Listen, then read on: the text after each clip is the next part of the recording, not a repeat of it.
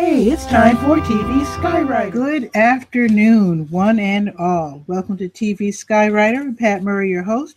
Ordinarily, I'm doing Bull City Notes here online, but today, right now, I'm doing TV Skywriter, where I talk to people from around the world who are really interesting.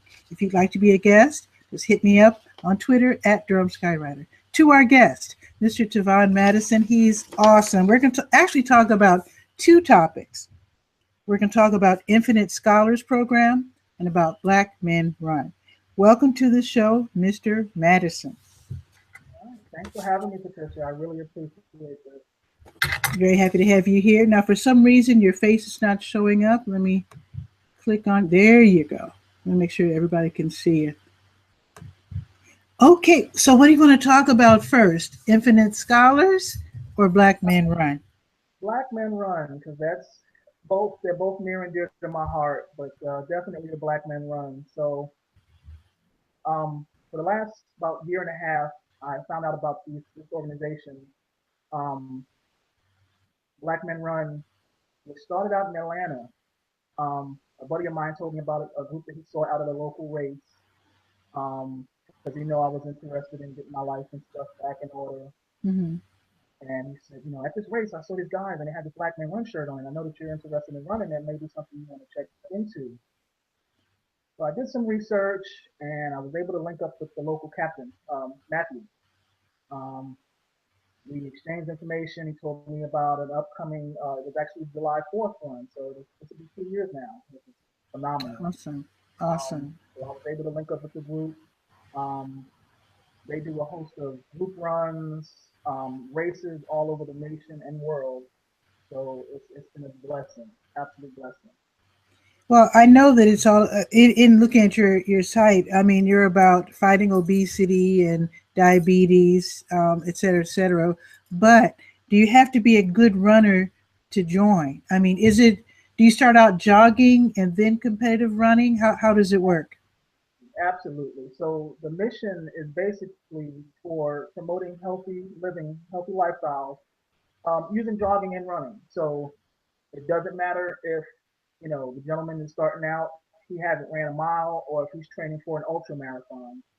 We encourage the brothers to come out and basically meet with us. Okay, because I know if you're fighting diabetes and obesity, you might be overweight starting out. So what if you can't even run a mile? Can you Right, still and that's join? it. It's actually a fall walk one approach to this whole brotherhood. There's somebody at your level, above your level that you can pair up with, and you have that fellowship. And that's actually one of our hashtags is healthy brotherhood. So you basically reach out and you find out who's in your area, and you can link up at a local park, local track, and you have that fellowship. That's really nice. This might be a dumb question, Go but ahead, let's but I want you to be convincing and tell us what the actual benefits are of running. wow. So just the increased productivity. I'm definitely functioning a lot better at work since I've incorporated this lifestyle in running. Um, Health wise, I dropped maybe 30 to 40 pounds already. Started out the Now, year. I have to say, I hate to interrupt, but I have to say, you sent me your photo and bio, and it was evident as soon as I saw you just now that you have definitely lost weight. Oh yes, and Yeah. that's one of the hugest benefits. Dropping your weight. Um, you know, your clothes may not fit, but if that's your only complaint in life, that hey, my clothes are not fitting, and I'm going a different belt notch, then hey, all for it.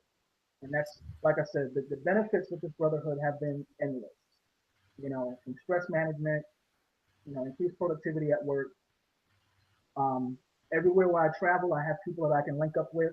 I actually started a run journal, so when I travel to DC and I travel with my other organizations, I'm able to link up with brothers all over the globe. Nice. That's nice. Now, I don't run, but I do like to walk. And I have to say, when I started getting into walking in the morning, which I need to start doing again, um, I realized that when you're walking, at least for me, I come up with great ideas. Mhm. And when I'm thinking of something that I have to solve, it's somehow, now some people are able to do this in the shower, but for me, walking works. Where I guess your mind just sort of it works on a different level, or I don't know what it is, but I'm able to Your mind, solve problems. it's your natural body's process. You're getting fresh oxygen to your brain, and yeah, a lot of people do claim that they get a lot of their inspiration when they're walking and running during the day. So it's a great time of the day, whether you do it early or late. Hmm. And that's Hmm. another plus about the our local chapter, Raleigh Dome Chapel Hill, hashtag BMR Um, we span from Knightdale all the way to Chapel Hill. So it doesn't matter your time. If you're a politician, if you're a doctor, there's somebody out there on your schedule that you can meet up with and run or walk. And like I said, it helps. And we set weekly goals. So for instance, if you've never ran a mile, you do a half a mile one week, and then maybe next week you'll gradually work up. Hmm. So, and that's also a motivational aspect of the healthy brotherhood. That's really great. Do you also talk about nutrition while you're running, or at least meeting together? Definitely, definitely. So there are many different factors that come into this as far as the dieting. I've since started using smoothies. So in the morning, I'll make a smoothie which incorporates spinach, chia seeds, um, a plethora of frozen fruits and vegetables, and that carries me over through my lunch. So I am going to actually sit down and talk to a dietitian, but the smoothies alone and my awareness now of my diet. Did you know that you can actually talk to nutrition and meet with the nutrition free of charge? Durham County actually has nutritionists, and their services are free. A lot of people don't even know about that. Just saying. Wow. And that's something I definitely have to make sure. And that's what when I meet people that are new to the area, I make sure that I tell them go to the Durham Skywriter, subscribe, so you can stay connected because that's exactly what I love about you and your channel. It helps me stay connected. So Thank you. information like that, I just go to the website, follow the YouTube, follow the Twitter feed so they can stay connected. So again, absolutely love this channel and what you bring to the local residents here.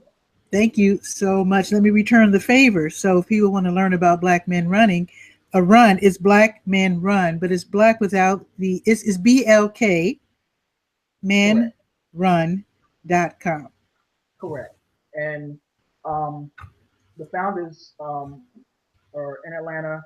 Actually, they're going to be here tomorrow. We have an event, which is another groundbreaking um, event that came up. Saucony running sneaker actually endorsed um, the organization. So we actually have our own running shoe now. So we went from an app to shirts to now we have an actual running sneaker. That is Um, hip. so yeah, so that is awesome, absolutely awesome. I So saw now, a so now snap. you are like Michael Jordan. You got your own shoe. And you know what? For good reason, because this organization is definitely saving a lot of brothers all over the globe. And there are a lot of local stories, and I'm actually one of them. Like I said, um, to go from having bad reports from the doctor, and you get that gut check, and to be able to have fellowship left and right to turn things around. So I'm definitely getting better reports from the doctor, um, which is a great thing. Last year I ran my first half marathon, which yeah, that was phenomenal. You Well, know, how? What is it? 10 or 12, 13 so miles? it was 13.1. 13.1. So I ran that at the Hillsboro, the first ever Hillsboro half marathon. Um, yeah, it was How phenomenal. did it feel? That's a 13 miles is like from the very far, far, far south side of Chicago to downtown. I can't imagine anybody running that far. It is mentally challenging because the training, and here locally, the brothers that I connect with 7 days a week. Like I said, it's based on your schedule and your weekly goals. Um, so it's a build up, and then the day of is so much adrenaline. You're so hyped, and just the atmosphere is phenomenal. So it's nothing like Hmm. it. Nothing like it. That's great. So Now, every now and then, I see a man running, more like, I guess, like jogging, mhm. carrying like little weights. I'm thinking he might have been a boxer. He looked like a boxer. Is that Right, a good idea for running, to run while holding those little hand weights? right. And I definitely suggest, because of the wear and tear on your joints and stuff like that, that added resistance, I would definitely consult your physician, obviously, before you start Black Men Run, um, or any advanced running style like that. So I would definitely encourage that. Hmm. Well, the reason I asked that is that he was going like this occasionally, so I was guessing he was a boxer. Right, right. Or you just seen the latest Rocky movie and was just inspired, you know. Oh, But okay. yeah, everybody's got a different style and different things they like to add to the routine. But for me, just to get out, the stress management, to get out on the road or the trails, and we have some. Durham has some beautiful trails. The American Tobacco Campus, um, everywhere. You know. Hmm. Have you ever tried running those trails? Now, I was very surprised that a lot of these state parks around here have beautiful trails as well. And the Durham area has parks that a lot of people aren't even aware of. Exactly. So I And also encourage. the city parks. Did you know that Southern Boundaries Park has a 5K every Saturday morning at 8 o'clock, and it's free? Yes. So our captain actually is a well, I don't know if it's a membership, but he ran 50 of those 5Ks. So our local captain Matthew is phenomenal, and he leads by example. So it's like I said, this brotherhood is strong, and to have that level of experience out in front of us is inspiring. It is. That's great. I really hope that more people can get into running. And if they can't handle running because of health reasons or age or whatever, walking is That's good it. too. And Walking after dinner with your significant other, or just by yourself with your thoughts, does so much for us. yeah. Did you know that in the 1940s they did a study of different American populations, North American, and discovered that black people were the healthiest? Oh wow. That has since changed. I think. Well, back in the 40s, I don't know. I wasn't alive yet, but I'm guessing that there was more what do you call it, manual type jobs. At Right. least my dad's generation. Like my dad used to work on a train, and actually most guys my father's age were former porters, and it seemed that most black guys, at least in Chicago, for some reason they know how to do what do you call that? Uh, sheetrock, not sheetrock. Is that the word? Yeah, Anyway, she's then they know basic construction. It seems that the physical thing. right. Um, Carpenters and right, right. And that yeah. and you're working with your hands, you're up and down ladders, the squats, and crawling under. Mm. Definitely. It's But it and seems that nowadays, and I have nothing against college education, getting good jobs, high paying jobs where you're sitting all day. I have nothing against that. But it does apparently have it. You do pay a toll for sitting all day. It's nice to bring in lots of bread, of course, for the family, but sitting all day is probably not highly recommended, which is probably why we do need to get back to moving around more. Because to go from the healthiest group to the least healthy group, that's quite a precipitous fall. right. And then you'll notice with this brotherhood from New York to Tennessee, Philadelphia, we're incorporating the youth into what we're doing, into this mission, Good. and instilling balance, making sure they're eating right, they understand, you don't have to start out working out 5 days a week, just 3 days out the balance. Hmm. It's absolutely, when you're making six figures, I'm still going out during my lunch break and running a 5K and coming back in order, because to have that fresh air, if you're working on a project or something like that, you have a clearer, perspective on how things are flowing. you know. Exactly. So it's definitely about balance. And, yes, if you're sitting behind a desk, and I do have some of those days, you have to balance things out. Hmm. It's a Hmm. trail, which is another beautiful thing about the Research Triangle Park. We have trails right here connected to the park. You can cycle, you can run, everything's right there, and it's absolutely beautiful. And we have, lakes in between some of the corporate parks. We do the loop over near NetApp, and the sunrises in the morning after our 5K are absolutely beautiful. And that's Mm. how we start our day. So it's a beautiful thing. And as an employer, you want to have your employees, coming to work charged up, Hmm. have that Hmm. extra energy to dieting, to thinking clearly and solving problems. That's what it is. Now, I don't know if they still do it, but I remember as a kid seeing videos of Japanese companies when they start their day, the whole workforce exercises together at their Hmm. desks or whatever, and then they get the day started. Right. And you know what? Sometimes some places still do that. I know some of like maybe some of the Sam Club maybe do that. When I used to live in Kansas, I worked at an East Bay shipping company, and our plant manager made sure that we did stretch beforehand because it was Hmm. a strenuous job, and even for the stress relief. So Some companies are, if they have mostly desk jobs, I've heard of some companies actually not forcing, but encouraging their employees to actually get up and move around.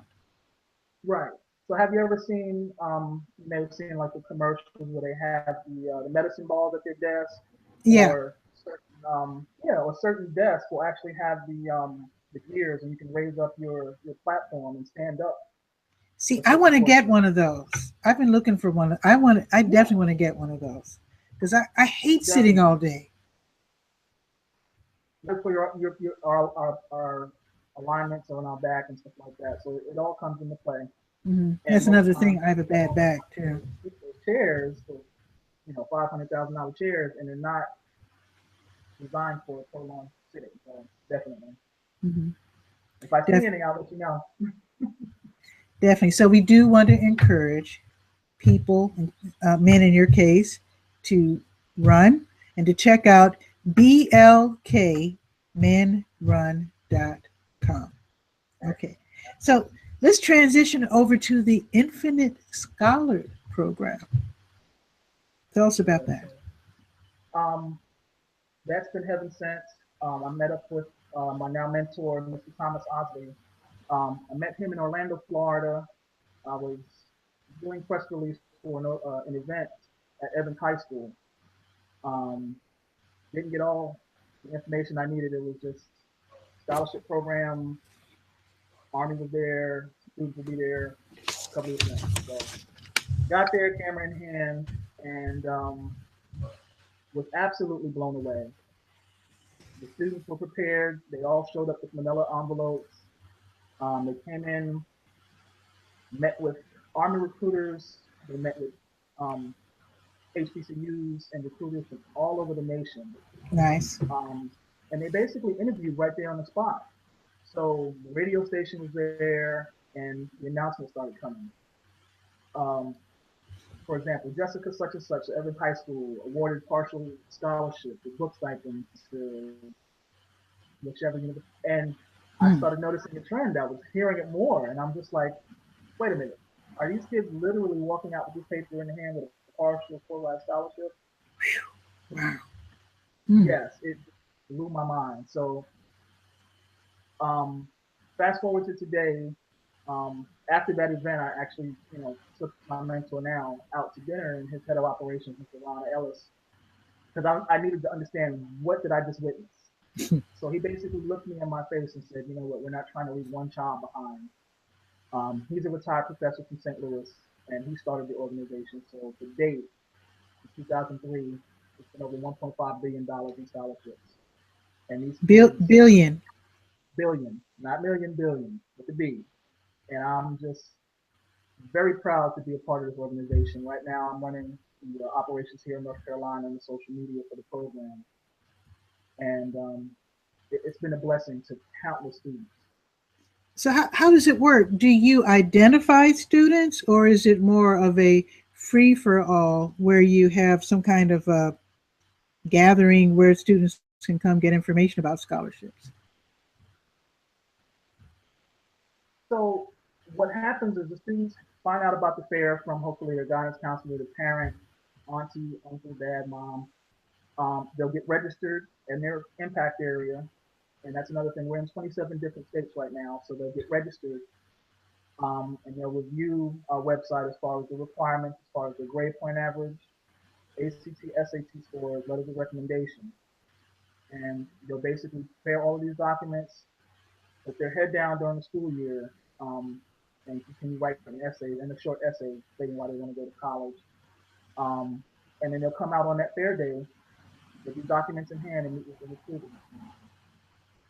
Wow. Do they have to have the college in mind that they want to attend, or are these scholarships just kind of like general?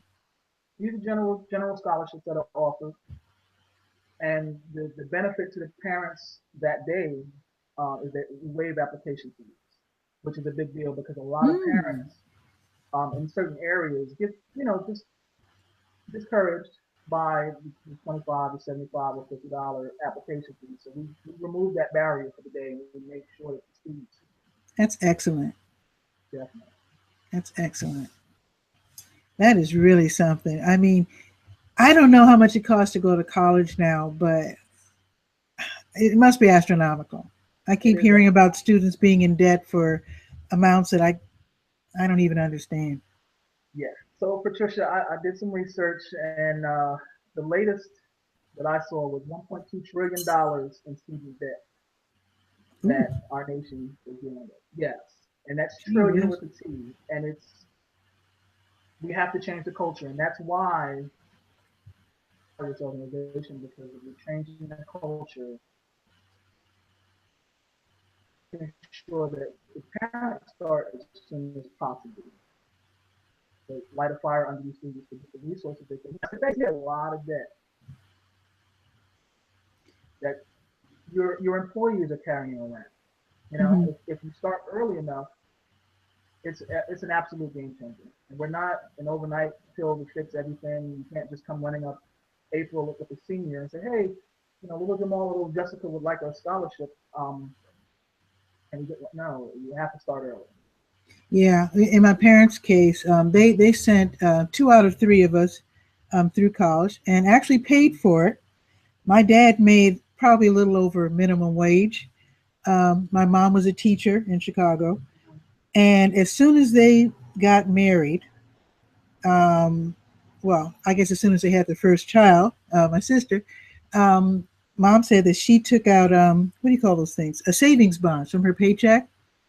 Mm-hmm. And I think even though Papa's just making like a little over minimum wage, he paid most of the bills, and Mom paid for our college education in essence by having money taken out of her account for savings bonds.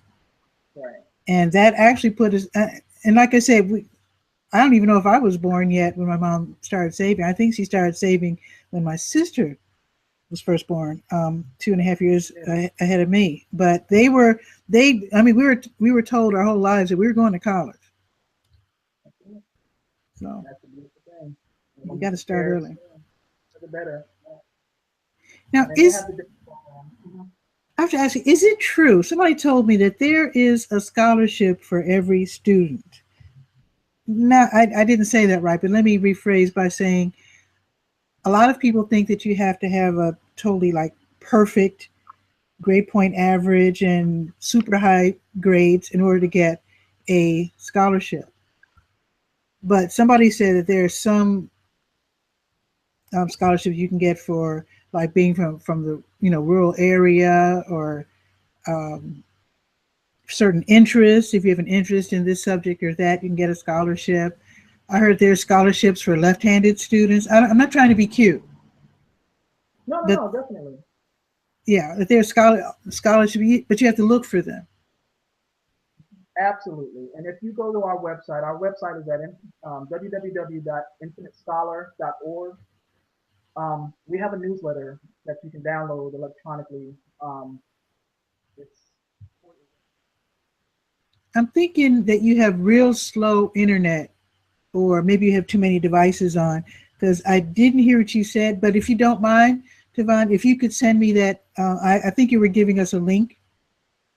So if you could email that to me, I can put that in the program notes. It the playback might actually be better, but I didn't really hear what you said. So if you could send me that info, I'll be happy to share that in the program notes. Okay. Oh, he dropped out. Yeah, I think he has a slow internet. So I will sit here and wait for him to rejoin. Talking with Tivon Madison, we're first starting to talk about Black Men Run, which is apparently a national program of African American. I shouldn't say African American because I'm sure you can be Caribbean American or whatever. Anyway, Black men getting their health back together, fighting obesity, fighting diabetes. We're trying to make sure they don't get it. Um, uh, Fostering brotherhood and learning about stress management and increased job productivity. So be sure to check out Black Men Run, BLK, Black BLK, menrun.com. I think I see his logo. I think he's still trying to join. Oh, there you are. Okay. And we were talking about the infinite. I was just filling in time. Infinite Scholar Program is what we're talking about now. So you're back. I'm back. Okay. Also, we have a portion of the program called the Raise.me portion of the program. So these are basically micro scholarships. Starting as early as freshman year, these students can earn money based on their grades and community service, which for the community is a big deal because now the students are vested in the community, they're out there looking for resources, and they're keeping their grade point averages in line where they need to be to be fair. So I I definitely like encourage that. the parents. Yes. So it's basically a one-two punch for the grades and for the community because that way, like I said, the kids are vested, they're looking for resources in the community, and they're actually putting in work. That is awesome. So let me get this straight. Are they volunteering or working for pay for the community? These are paid So positions? community service. So based on the community service and the grade point averages, they can select specific universities, and these universities will put money into a virtual bucket for that child to use, or that student to use once they get to college. Okay. Okay. How soon? Now we're talking about finances, but let's talk about the actual student. When should a student start getting real serious about attending college? Some people say um, middle school. Some people say kindergarten. What do you say? Mm. I'm an advocate of sooner the better. So locally, I'm actually engaging students as early as 4 years old. So I meet with students at some of the local elementary schools and middle schools, and have the computer and coding labs that we introduce the kids to. I'll have banners up from some universities, marketing material from some of the universities out there, so the kids are already seeing this stuff and it's registering. Especially when I can identify that, hey, this child has an interest in biology, interest in civil engineering. I'll have a bill or a board up, and they'll be able to start identifying some of these universities that specialize in these specific skill sets and industries. That's really cool. I do want to say this about the college that I attended. I graduated from Talladega College. That's in rural Alabama, and it's not a school for everyone. A lot of big city kids go there, take one look, and go home because they're not used to being in the country. I loved it, even though I'm from the South Side of Chicago. I absolutely love it. But I have to say, one thing that was really hip about Talladega was that they had classes. Most of us were from low to moderate income backgrounds. We did have a couple of kids that we called rich because their parents, I think there were a couple of kids, their dads were like doctors. So that for us was, rich. But most of us came from low to moderate income families. But what was really hip about it was because of this, they had classes where, how can I put this? They allowed you to catch up to, I guess, the standard college level. You probably already know that a very, very, very, very high percentage of black male college students do not complete their, continue on to graduate. And it's a disturbingly high number. I'm not even going to mention it because this is too high. This is way too high. Um, but what I really dug about Talladega, excuse me, is that they had classes for kids who really wanted to go to college, but they didn't want them to fail. So they have these special kind of like introductory classes where they could catch up. It's not offered at all colleges, and I really thought that was a really excellent idea, and it kept the how can I put this? It gave the kids a chance, the students a better chance to succeed in college. That's it. And that's the biggest thing. One of the things that I'm very passionate about is exposure.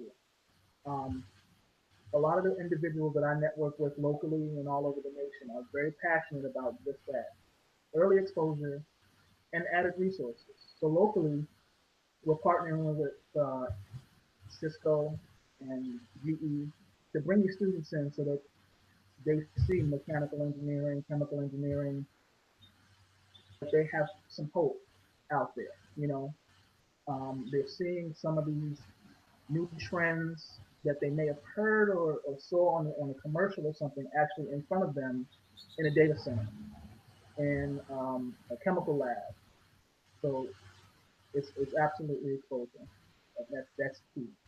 That's nice. Yeah, early exposure is important, and also another thing that's really important that a lot of people don't really seem to discuss.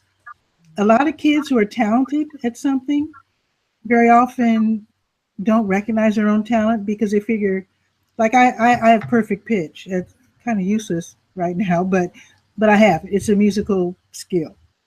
Okay. Of course, I didn't know it, but my mom was a music teacher. She told me that I had it. I mean, it came in handy when I was taking, theory and music classes, sure. But that made me realize that kids, I figured everybody knew the notes when they heard them. There's a perfect pitch. It's identifying notes without having benefit of having a piano around. So, of course, I figured everybody knew the notes, but it took my mom now, if my mom had not told me, I don't know how I would have known. I mean, again, you just assume. I have met kids who were geniuses at math. They could do numbers in their head. Nobody told them they were gifted in math because they figured, well, everybody does numbers in their head, don't they? Right, right. So it's So it's important to tell kids, oh, you're really smart or you're really good at this, because that makes them think, oh, maybe I should do something about that or pursue this area. absolutely. And that's one of the keys in our impact area here in the Raleigh-Durham and North Carolina market. Um, Increasing the number of parents that are coming out to the PTA Mm, meetings. yes. Um, there is an organization called the Emerging Entrepreneurs and the Urban Leadership Lab. So we're basically taking these kids and introducing them to drones and robotics, Lego robotics, Oh my to, God. yes, at an early age. So that way we can start bringing them out. Um, because, like you said, the mathematics, these little Lego robots that we're using are using advanced arithmetic to solve problems. The kids are um, basically using the drone and able to code the drone to take Oh off my and do God. For different. real? Yeah. So we have to basically, Kids are coding for drones. What yes, age are we talking about here? 4.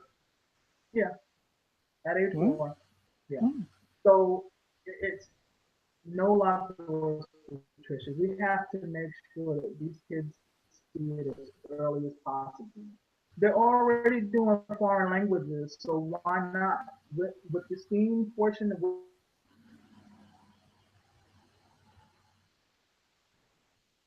smartphone and play a game or whatever. We want them to be able to have the old school values, be able to write an intelligent letter to a peer that's, say, in Senegal, Africa, and communicate back and forth, Hmm. as well as play games, because we obviously want them to be kids and grow up and stay in their lane. But I'm all about the traditional values, definitely Nice. about the traditional values, which is Definitely. what I love about some of the products that you provide. A lot of the games and stuff that you make play on the cognitive skills, and people really need to take a look at some of the toys and the products that you provide, because we can't get away from that. We have to keep Hmm. that going. Definitely. Let me tell you a crazy story. Mhm. I once heard an adult tell a child that I was eavesdropping because the conversation was too interesting to ignore. This man told this kid, this preteen, that he wanted to go to college real bad. This was years ago when I was a kid. And he was dying to go to college. His parents could in no way afford it. He said that he wrote to the president, or whatever you call it, of Dartmouth College, Mhm. and they started going back and forth. This is a Chicago kid writing to Dartmouth. Okay. And they had this conversation going back and forth. The president or chancellor, whatever he's called in Dartmouth, Mhm. asked the child about his aspirations and his interests, and he got a 4-year ride because I can't imagine he was bold enough to do this, but he started a writing correspondence Mhm. with this person who took an interest and realized, and this is a black person. I'm not talking about, yeah, this is an African American person who he just wanted to go to college so bad. That's what he did. Got a 4-year ride. And I can't remember what he said. I think he became like an engineer or something. But Definitely. wow. So there's opportunities out there, but I guess you have to let people know you're interested. Definitely. Definitely. And that's where mentorship comes into play. Um, there are local groups, Evolve, Mentoring, Evolve 919. A good friend of mine, Felipe, is all about mentorship. Hmm. I have several mentors, whether it's information systems technology, whether it's in media, whether it's health and fitness. I basically have to have these people that are proven leaders that have experience to help guide me along the way. Absolutely, absolutely believe in mentorship. Now, your next local, I shouldn't say local on the internet, your next scholarship fair in Durham, North Carolina is Thursday, October 5th, right? That is correct. At the Emily K Center here in Durham from 9 to 12. So it is a Thursday. We ask the students to register as soon as possible. That way we get, a head count of how many students are coming out. Um, but yes, that's the next opportunity. At the Emily K Center, October 5th. What advice would you have for a young person? Oh, let me ask you about the age. Are this scholarship fair? Can you be in middle school, or is it for high school students only? So our target audience are the high schoolers, freshmen through senior year. Um, but I do have some middle schoolers that I will have there if they're available, if they have like a half a day or something, um, because it's important for them to see that. I want to instill that hope in them. So as they see, you know, their older cousins or older neighbors out there, they're inspired.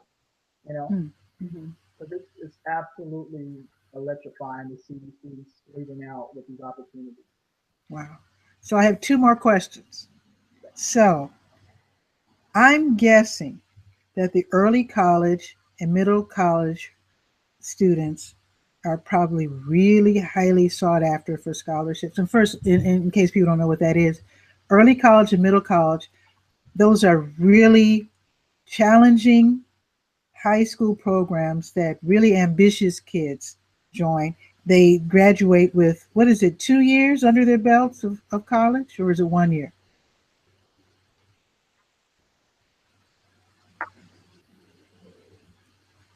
Oh, his signal. Oh, are you still there? I'm here. So you said the Okay. early college and middle they're highly sought after. That is absolutely true. They are sought after because of um, the advanced When curriculum. they graduate, they have 1 or 2 years college credit, I believe. I think Yes, two, and it's an incredible way to. I mean, we're talking about free. This is these are usually free programs, and imagine saving 2 years of college expenses. So it's yes, really challenging. But I'm guessing these are probably the most academically ambitious students who sign up to not only do their high school work, but 2 years of college work as well. definitely, definitely. And So, that is, so go those ahead, I'm sorry. kids are, they probably find it pretty easy to get scholarships, right? Um, we don't want to say easy because the whole process, there are different dynamics as far as the grade point average and ACT, SAT. Mhm. But like I said, the sooner the better. And with those advanced curriculums that those students go through, that's them. But it's a competitive market, so the kids have to start sooner the better. And I Yeah, want them talking through social media, liking and following our Infinite Scholar feeds on Twitter, Instagram, Periscope, and Facebook, so that way they can get the heads up on what they need to do. awesome, super But awesome, awesome. So my last question is, how can a student best impress when they come to the October 5th scholarship fair at the Emily K. Center in Durham, North Carolina? okay, so you said how can they? How can they best impress? How should they like their mindset? What's the best way to really get college in gear? Really impress someone, let them know this is what I because you just said it's very competitive. So how do you make yourself really stand out as a student? Definitely, and that's we have a legion of mentors with the National Society of Black Engineers locally, and that's one of the things that is going to be my impact on the community, making sure that we identify these students early and that they come out and do mock interviews, dress for success events, so they know how to carry themselves and how to speak about what their passions are, because that's what the recruiters want to hear. They want to hear that the student is passionate about biomed engineering. We had a student in Florida was able to get a full ride scholarship as a senior. He was already working with um, scientists to cure the Parkinson's disease. Hmm. So, what better speaking point at a scholarship fair than actual community service and internships where they're engaged and hey, he drops his bomb. Hey, I'm working with and doctor to cure the Parkinson's disease. So you don't want the students coming in ice cold and not being taught in advance. That's amazing. Absolutely amazing. And we do have a video. We have an active video on our website that basically has the tools for success at the fair. And we encourage the students to kick through our website, look at the video where they can see, how to attack it. Start planning, doing mock interviews, and having a game plan. They always say you fail to plan to fail. I highly recommend that you do all of those. And like you said, also look for Infinite Scholar program on Facebook, Instagram, Twitter, Periscope. Periscope, we're everywhere. Okay. We're everywhere. Well, thank you, Mr. Tivon Madison, for being on the show. I mean, this is actually, I'd like to ask you back right before the scholarship fair. We have plenty of time. It's June now, it's the end of June, and we're talking about October 5th for the scholarship fair. So if you don't mind, I'm going to invite you back. Wonderful. I would love to come back. There's so much work that needs to be done leading up to the fair. I'd love to continue to let your viewers know about what we have going on. We've had a pretty good track record here in Durham. It's probably been close to $14 million since 2014. Whoa, Um, Going out that's to an areas, awful lot of money. yes. So 2014 it was $4 million, 5 million in 2015, and 5 million last year. So I grew up in Brooklyn. It's an endless grind. We don't leave free money on the table. We have to make sure.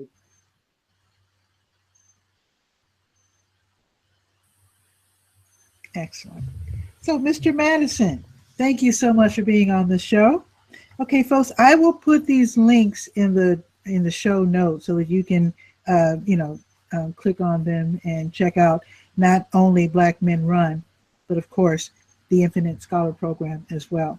So you have a beautiful day. Thank you again, Tivon Madison, for being on the show. Appreciate Thank it. you. I love the show, by the way. Oh, thank you. Okay, folks, you have a beautiful day. It's supposed to be in the mid 80s, I believe. The sun is calling my name. I'm going to head out, take a little walk, and you have a beautiful day. I'll see you next time. Ciao for now.